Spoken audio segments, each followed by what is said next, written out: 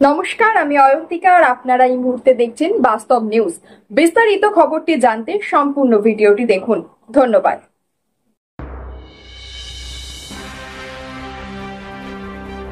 সুন্দরবন উন্নয়ন মন্ত্রীর সামনে ট্রলার থেকে 8টি মৃতদেহ উদ্ধার। শোকস্তব্ধ মন্ত্রীর চোখে জল। শেষ পর্যন্ত অভিশপ্ত মৎস্যজীবী ট্রলার থেকে 8টি মৃতদেহ উদ্ধার করা হলো, কিন্তু এখনো একজন নিখোঁজ। কোথায় গেল সেই মৎস্যজীবী, প্রশ্ন উঠছে। তবে 8টি মৃতদেহ এখনো শনাক্তকরণ করা যায়নি কাদের মৃতদেহ এই 8টি।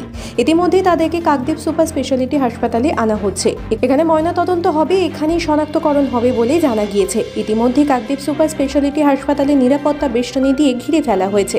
প্রচুর প্রশাসন সেখানে। আর আপনারা সেই ছবি সরাসরি দেখছেন শুধুমাত্র বাস্তব নিউজের পর্দায়।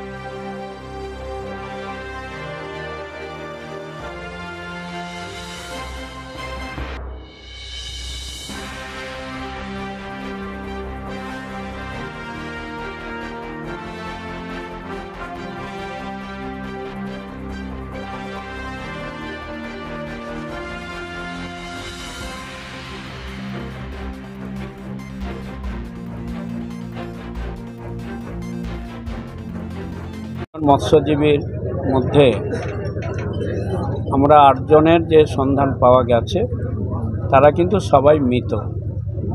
তাদের উদ্ধার করে ইতিমধ্যে এই জায়গায় নিয়ে আসা হচ্ছে।